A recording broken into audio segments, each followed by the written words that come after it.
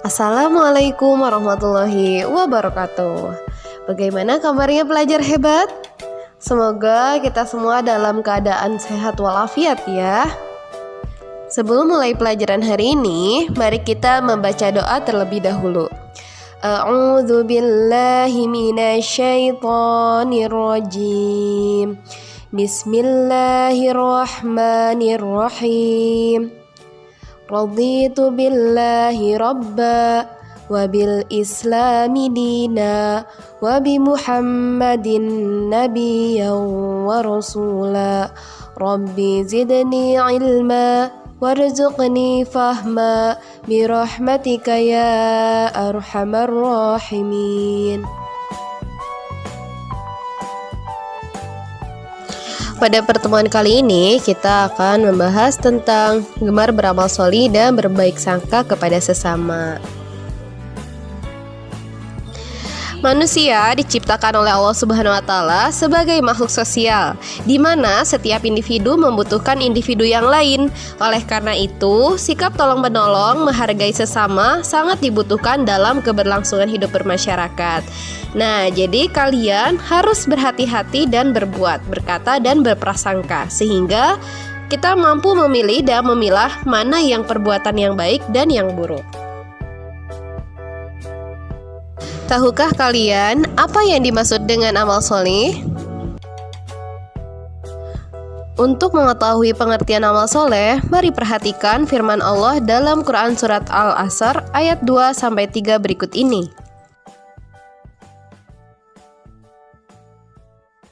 Bismillahirrahmanirrahim. Wal 'asri innal insana lafi khusr illa alladhina amanu wa 'amilus solihat wa tawasaw bil haqqi wa tawasaw bis sabr. Dari ayat tersebut bisa kita ambil 4 poinnya, yaitu beriman kepada Allah Subhanahu wa Ta'ala, beramal soleh atau amal kebajikan, saling menasehati untuk kebenaran, serta saling menasehati untuk kesabaran. Kata amal soleh berasal dari kata amilus, yaitu segala perbuatan yang bermanfaat bagi dirinya atau orang lain, dan sesuai dengan akal rasional, Al-Quran serta As-Sunnah. Antara iman dan amal soleh merupakan satu kesatuan dan tidak dapat dipisahkan.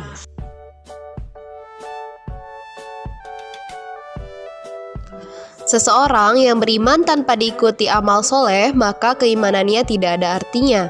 Sebaliknya, amal soleh tanpa didasari iman yang benar, maka amalannya tidak ada nilainya di hadapan Allah. Keimanan harus dibuktikan dengan amal soleh, dan amal soleh harus dilandasi dengan keimanan yang benar. Setiap amal baik ataupun buruk, meskipun sangat kecil, tetap akan mendapatkan balasan yang adil dari Allah Subhanahu wa Ta'ala. Hal ini sesuai dengan firman Allah dalam surat Al-Zalzalah ayat 7-8. فَمَنْ يَعْمَلْ مِثْقَالَ ذَرَّةٍ خَيْرًا يَرَهُ وَمَنْ يَعْمَلْ مِثْقَالَ ذَرَّةٍ شَرًّا يَرَهُ. Yang artinya, maka siapa yang mengerjakan kebaikan seberat zarah biji sawi, niscaya dia akan melihat balasannya. Dan siapa yang mengerjakan kejahatan seberat zarah atau biji sawi, dia akan melihat balasannya. Quran Surat Al-Zalzalah ayat 7 dan 8. Suatu amal soleh akan sah jika memenuhi syarat berikut ini. Amal soleh dengan mengetahui ilmunya. Kemudian amal soleh itu dikerjakan dengan niat ikhlas karena Allah Subhanahu wa Ta'ala, serta amal soleh itu hendaknya dilakukan sesuai dengan petunjuk Al-Quran dan hadis. Pernahkah kalian melihat orang atau temanmu beramal tapi sedikit sekali?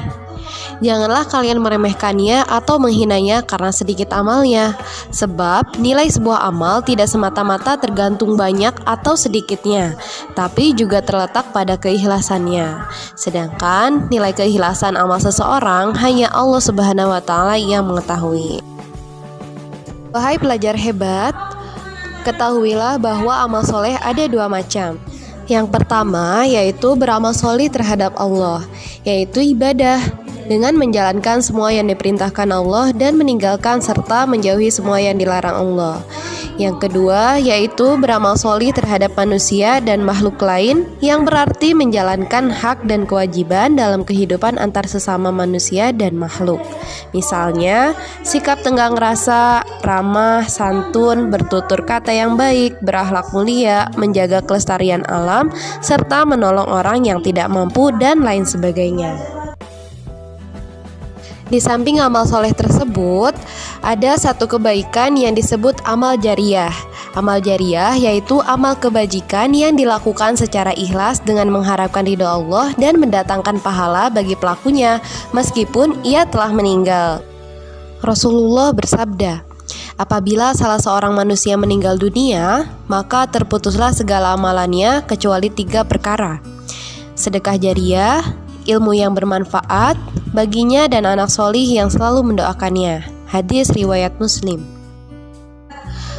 Kemudian berikutnya adalah manfaat beramal solih. Yang pertama, diberi ampunan dan pahala yang besar oleh Allah. Yang kedua, diberi tambahan petunjuk. Kemudian diberikan kehidupan yang baik dan layak, serta dihapuskan dosa-dosanya dan dijauhkan dari kerugian di dunia maupun di akhirat. Selanjutnya kita akan membahas materi tentang perilaku berbaik sangka. Berbaik sangka atau husnuzon merupakan perilaku terpuji yang harus dimiliki seorang muslim. Lawan dari husnuzon adalah suuzon atau buruk sangka. Berburuk sangka merupakan perilaku tercela yang akan mendatangkan mudarat baik bagi pelakunya maupun orang lain. Seperti dalam firman Allah, Quran Surat Al-Hujurat ayat 12. Wahai orang-orang yang beriman, jauhilah banyak dari prasangka, sesungguhnya sebagian prasangka itu dosa. Dan janganlah kamu mencari-cari kesalahan orang lain, dan janganlah ada di antara kamu yang menggunjing sebagian yang lain. Apakah ada di antara kamu yang suka memakan daging saudaranya yang sudah mati? Tentu kamu merasa jijik. Dan bertakwalah kepada Allah, sungguh Allah Maha Penerima Taubat, Maha Penyayang. Seseorang yang membiasakan diri berbaik sangka akan memperoleh banyak manfaat. Hidup menjadi tenang dan optimis, dan seseorang yang berbaik sangka kepada Allah akan senantiasa bersyukur apabila mendapatkan kenikmatan dan bersabar apabila mendapatkan ujian serta cobaan. Hal ini akan menjadikan hidupnya tenang dan penuh optimis. Alhamdulillah, materi kita sudah selesai. Untuk tugasnya, silakan kalian membuat review materi atau catatan-catatan tentang materi ini. Semoga bermanfaat. Mari kita membaca hamdalah. Alhamdulillahirabbil alamin. Wassalamualaikum warahmatullahi wabarakatuh.